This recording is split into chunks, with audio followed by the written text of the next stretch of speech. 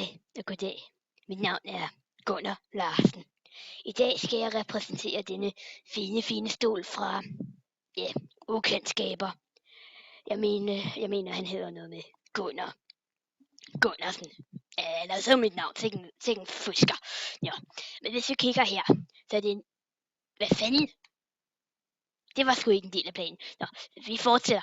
Hvis du kigger her, så er der en yderst behagelig stol med en yderst behagelig pude. Inde bag denne pude er der fladskærmscene i. Lige nu er det i sort-hvid myrekrig, men de kan man altid ændre på. Bare husk på det. Så går vi videre til armlænene. Armlænene er i perfekt højde til bordet, og lige til at sætte sig ned i.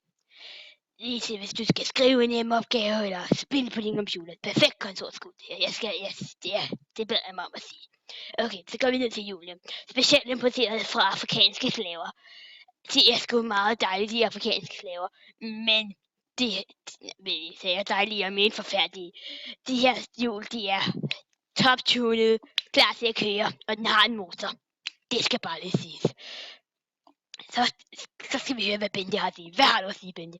Jeg elsker den her stol, jeg har brugt det hele mit liv. Det er da fint, Bente. Jeg kan faktisk ikke lide dig. Så må de hjem med jer. Okay. Okay, så går vi videre.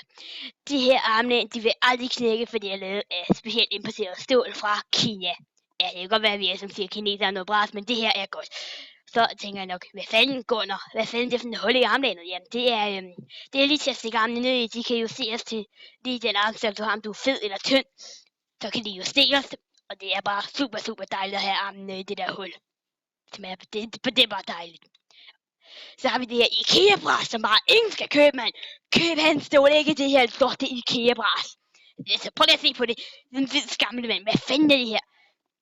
I kan bestille stolen på www.bedste.stol.i.verden.com. Eller I kan ringe til 41735384129831724